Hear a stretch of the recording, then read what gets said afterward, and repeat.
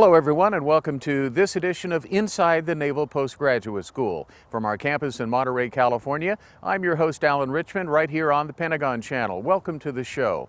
Well, in this episode, we'll travel to Fleet Numerical and find out how Captain John Ocon, the commanding officer, and his team predict the weather for ships, airplanes, and submarines around the world. We'll also talk to Brian Steckler of our hastily formed network in the Philippines about humanitarian assistance and disaster relief. But first, let's go to the Department of Meteorology right here at the Naval Postgraduate School and talk with Professor Wendell Nuss. Wendell, tell me a little bit about what your job and responsibilities are here at the Naval Postgraduate School. Well, actually, there's a lot of responsibilities. My primary responsibility, I still consider teaching meteorology to Naval and Air Force meteorology officers. What specifically do you do here in terms of the kind of meteorology? What's the mission of NPS meteorology? Well, NPS meteorology is primarily to support the fleet and the Air Force in terms of making environmental decisions in terms of missions and mission planning, that the meteorology that we need to have our students understand to take back to the fleet is really to support mission planning. Can we execute this mission? What environmental effects are going to influence our weapon systems, our guidance, our ability to see targets, whatever, that it's really those kinds of things that we need them to understand out of meteorology. And they take that knowledge back out into the fleet? And yes, they take that knowledge back out into the fleet, utilize that knowledge to help guide decision making. So they need a good basis of the fundamental science to be able to carry that forward, as well as understanding how to apply that to real-world mission kinds of decisions. What kind of equipment do we have here on the campus at NPS? And I know we have also remote locations, but what kind of data do we get and what is that equipment? Well, we get a lot of data. We pull data from all the national centers that everyone else does. Model forecasts, analyses, satellite imagery. All of that's pretty widely distributed in the weather community. But in addition to those sort of standard products, we also utilize some of our own data. We have instrumentation out in the field, vertically pointing radars to do wind profiling and to get vertical temperature structure. We have a variety of surface observing systems distributed around the area that we pull data from that sort of help us understand sort of the detailed meteorology of this area as just an example of what they might face out in the field. Meteorology, particularly for the military, is a global issue, and it's really a serious issue. You talked about movement of troops, movement of ships, operations. That's a lot of responsibilities. So there's a real serious side to what you do here at NPS in your department, isn't there? Oh, absolutely. And that's one of the challenges, I think, for us as a meteorology department here. We know our students are going to go to other parts of the world, have to do meteorology, in Afghanistan, say, that they certainly have no experience with prior to being deployed, so that's one of the goals of the department, is to give them the tools to be able to apply their meteorological understanding in new situations in other parts of the world that maybe they're not familiar with. Now, we're also talking to Fleet Numerical, and they're very close to our campus here, and I know that we collaborate with them. Talk a little bit about how we at NPS work with Fleet Numerical. Well, we work with them, again, they're the sort of operational side, we're the education side. But the important thing in terms of working with them that way is We receive a lot of their products that then our students can use so that they know what they're going to be utilizing out in the fleet, that they have those products in front of them that they're very aware of. But in addition, there's times when we can collaborate and feed back to Fleet Numerical in terms of, some of our research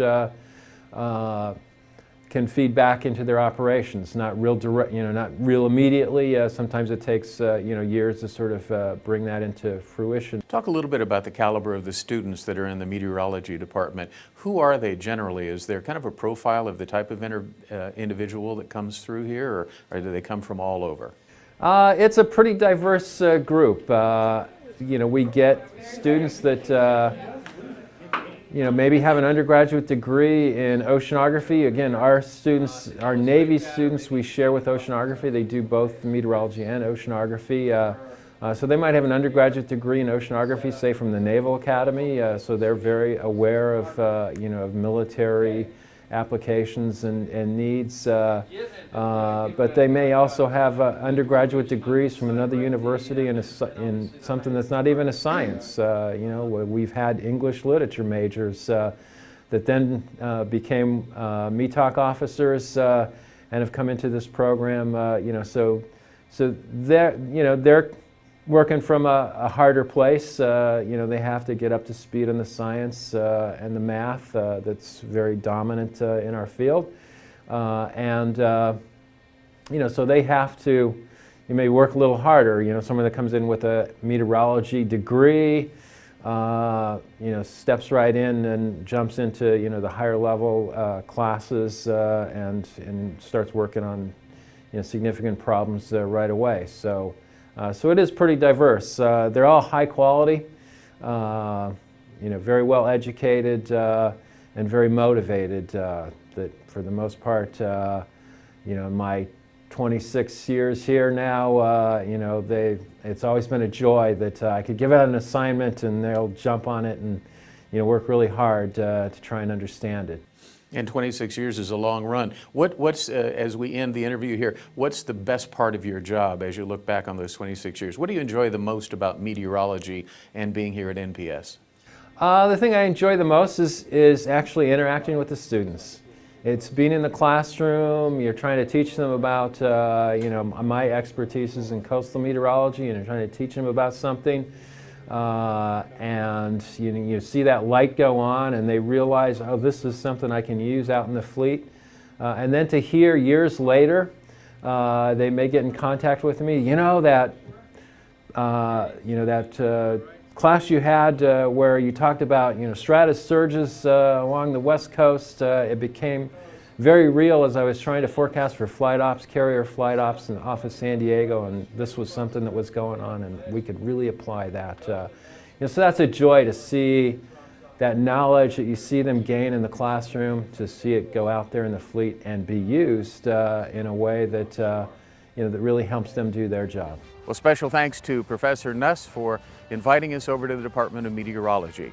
Well, stay with us. There's more to come on Inside the Naval Postgraduate School right here on the Pentagon Channel. We'll be right back.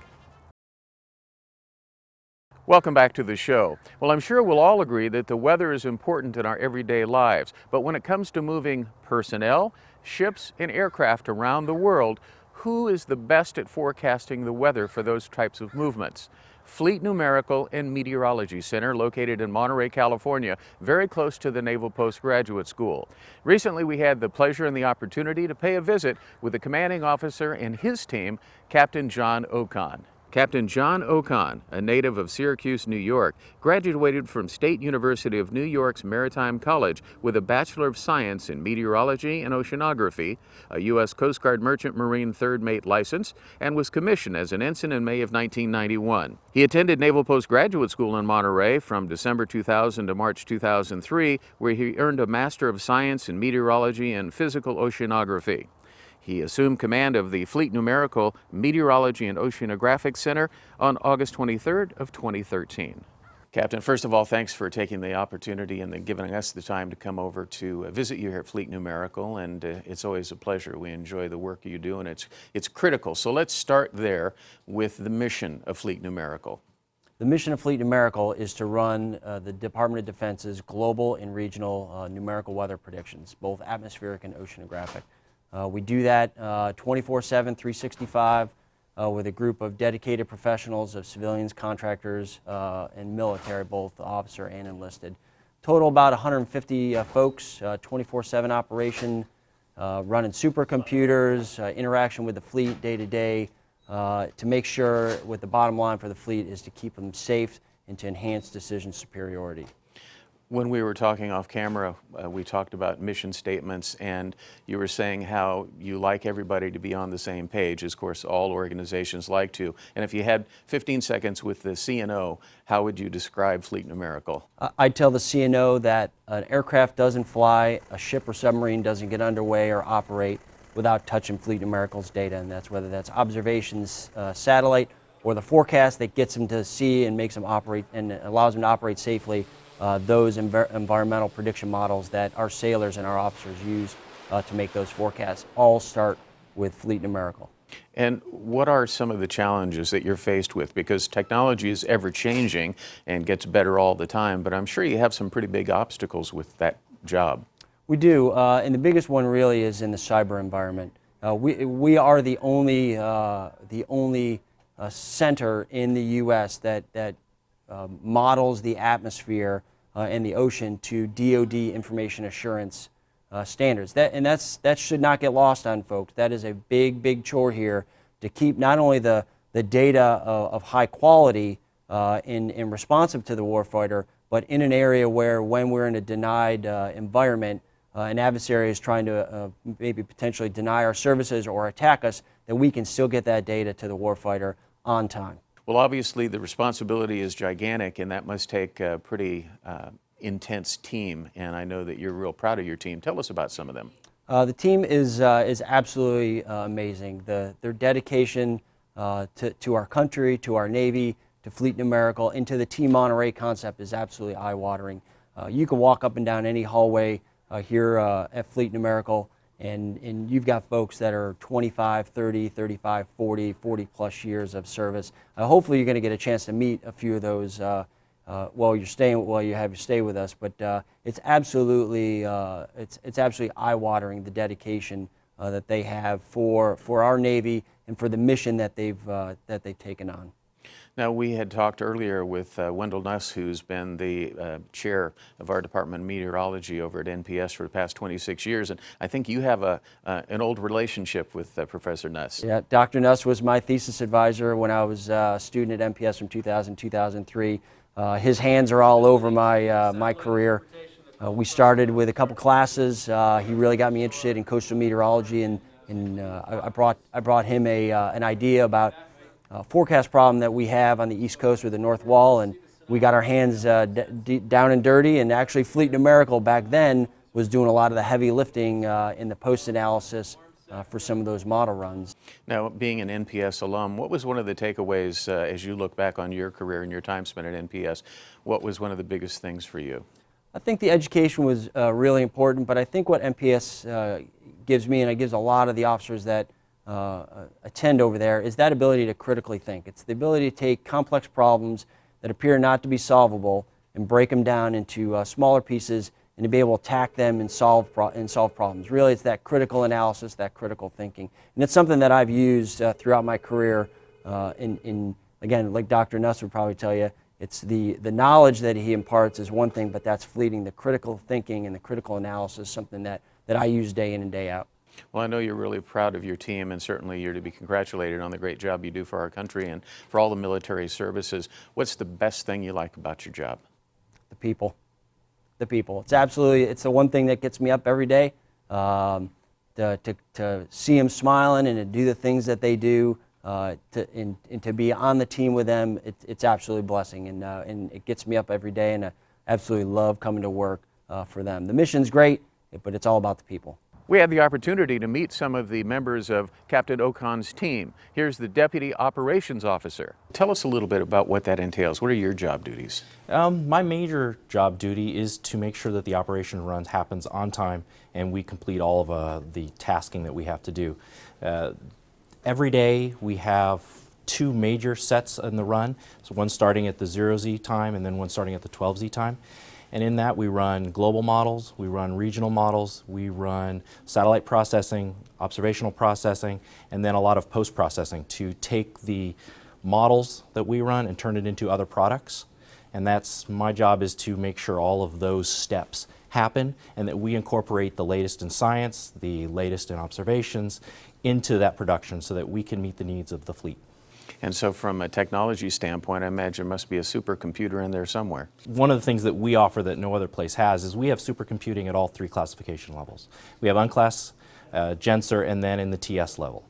So we are able to take tasking from any of those levels and produce forecasts at the appropriate level and then provide it to the agencies or units that need it. And do you have a lot of people on the team that do that, or is it a pretty small team? It's a small team when you look at the amount of work that we do compared to other regional centers or national centers from other countries. But we are a 24/7 shop, so they're always on call. They're meeting the needs by working really closely with each other and making sure that that small team has got coverage 24/7. Well, as you can imagine, all of this takes lots and lots of data. Here's Jim. Jim, you've got one of those jobs that has a very long title. Can you tell us what it is and what constitutes your job duties? Sure, I am the data ingest team supervisor. I have two teams that work for me. One team that goes after the conventional observations around the world, things like balloon soundings and things like that, and another team that does all of the satellite data. And how do you, starting out in your career, what do you start studying to get 30 years later where you are today? I'm very big on knowing and understanding everything about a piece of data and how it comes in from how it's created until how it transforms throughout the enterprise, how we mold and manipulate it as we add value to the numerical weather prediction models. So I've started on the bottom on the watch floor, learning and understanding how data actually came in, how it was recorded, and then actually applying the science towards it and adding value to it as the technology has changed along the way. What kind of technology is needed to get that data in the first place?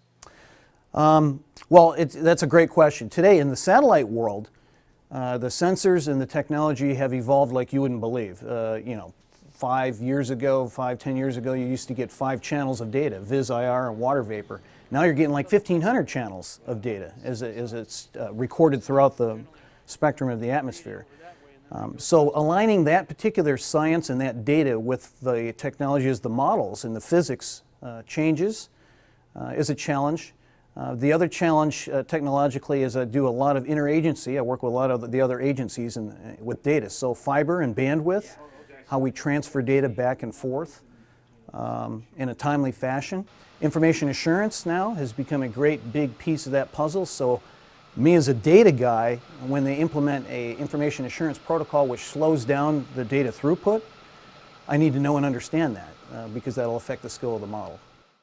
But yet another important member of the team is the climatologist. Megan, give us the big definition of a climatologist, what you do here at Fleet Numerical.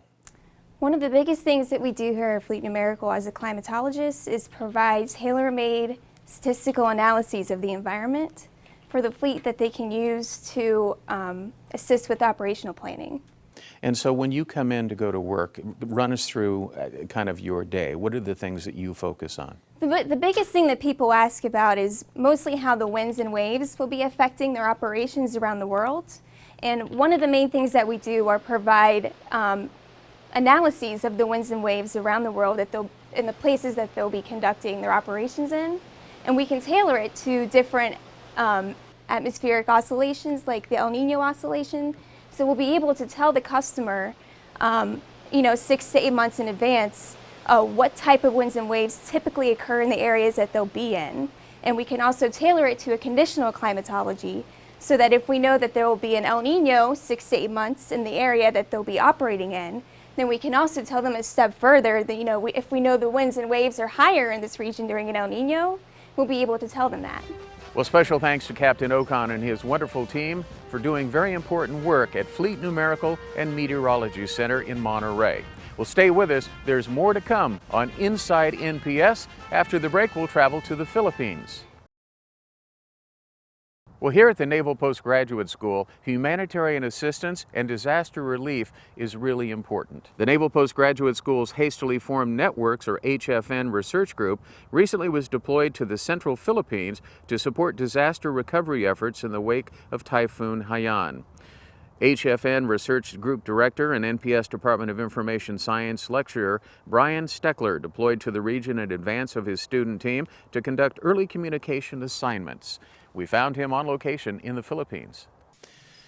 Brian, let's talk a little bit about your last trip. It wasn't that long ago, I believe in November, when the typhoon hit the Philippines and you and the NPS crew were there. How have things improved or changed? Yeah, so we were there actually for about 10 days right before Thanksgiving in response to Yolanda, and about 10 days after Thanksgiving. So I came home for a Thanksgiving period and sandwiched that in between two trips out to the most devastated area of the Philippines from Typhoon Yolanda.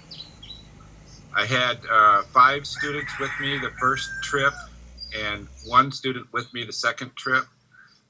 These students are all doing, one way or another, their master's thesis work around this humanitarian assistance, disaster relief, hastily formed networks communications world. The first trip, our primary mission was to provide communications for the U.S. Marines that went into the airports at Ground Zero because they had limited communications. They had some radio communications, but essentially the units that we supported had no broadband internet connection. So we brought broadband internet devices similar to what I'm connecting here today with, called BGAN, B-G-A-N, Broadband Global Area Network. We brought about 8 of those small devices that are about the size of a large laptop out there, and we're working for the 3rd Marine Expeditionary Brigade, who was in charge of the relief for the Marine Corps, and started out at an air base in Manila, and then were flown via Osprey, the tilt rotor aircraft that the Marines have, to these different airports where the Marines were establishing a beachhead essentially, and bringing BGANs in so they could actually communicate broadband out with the world. Cell phone coverage in those areas was non-existent or limited after the storm. So they had few options for communicating, and the BGAN units that we brought in opened up their ability for voice over IP, for Skype calls like we're doing here, for email, of course, and web access. So they were happy campers once we showed up. Well, the Hastily Formed Network that you've put together, the team that you've put together is really all over the world. I remember you were also in Japan, and just last year we were with you with up in Northern California at the North Pass fires. So the work that you're doing for NPS and helping get these communications and other installations in is really quite impressive and quite important. So congratulations on all your work. Yeah, thank you. We've been in both hemispheres. We went down to Haiti, of course, for several weeks after the earthquake there. We went down to Hurricane Katrina in the U.S. doing this, and the latest Typhoon Yolanda here is just another opportunity for us to refine our processes and procedures to support the warfighter, or in this case, the humanitarians, and interface with the rest of the early responder community in a big way. Another important member of the team from the Naval Postgraduate School who went on to the Philippines with Brian Steckler is Captain Jose Gonzalez. I'm an information technology management major. Right now I'm working on my thesis, trying to get that completed, and my thesis is Emergency Operating Center in a box. It's virtual machines, trying to do a proof of concept to see if it would work for the Marine Corps. So I went to the Philippines with lecturer Brian Steckler, and our job over there was to provide humanitarian aid after their typhoon. And it was essentially what we did was we went over there, just him and I, brought some gear, and we were doing assessments of their infrastructure, their IT infrastructure. So when we got there, we just recruited some local Filipinos in the IT department or various other departments. We gave them a brief class on the information that we were trying to get and the equipment we were using. And then we went out, we flew over to Tacloban, which was the hardest hit area, and we just traveled the route, and we were doing assessments of their IT structure. 3rd Med was over there, and obviously there was no infrastructure, no communication infrastructure. So I thought to myself, wow, this would be a perfect opportunity to start asking questions and analyze how would the EOC in the box help in a situation like this. So there were Marines over there already. They had communications equipment. We had BGAN systems, which are essentially satellites. But how would the virtual machines benefit in a situation like this? And I thought that'd be a perfect opportunity to analyze that.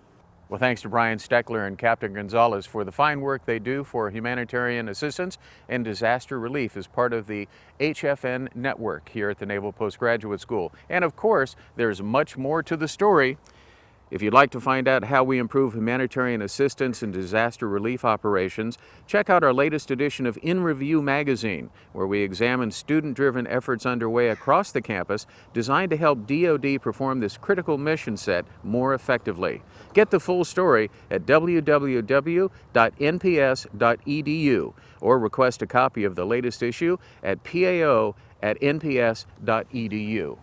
Well, that's it for this edition of Inside the Naval Postgraduate School. From our campus in Monterey, California, I'm your host, Alan Richmond, right here on the Pentagon Channel. We'll see you next time. Take care.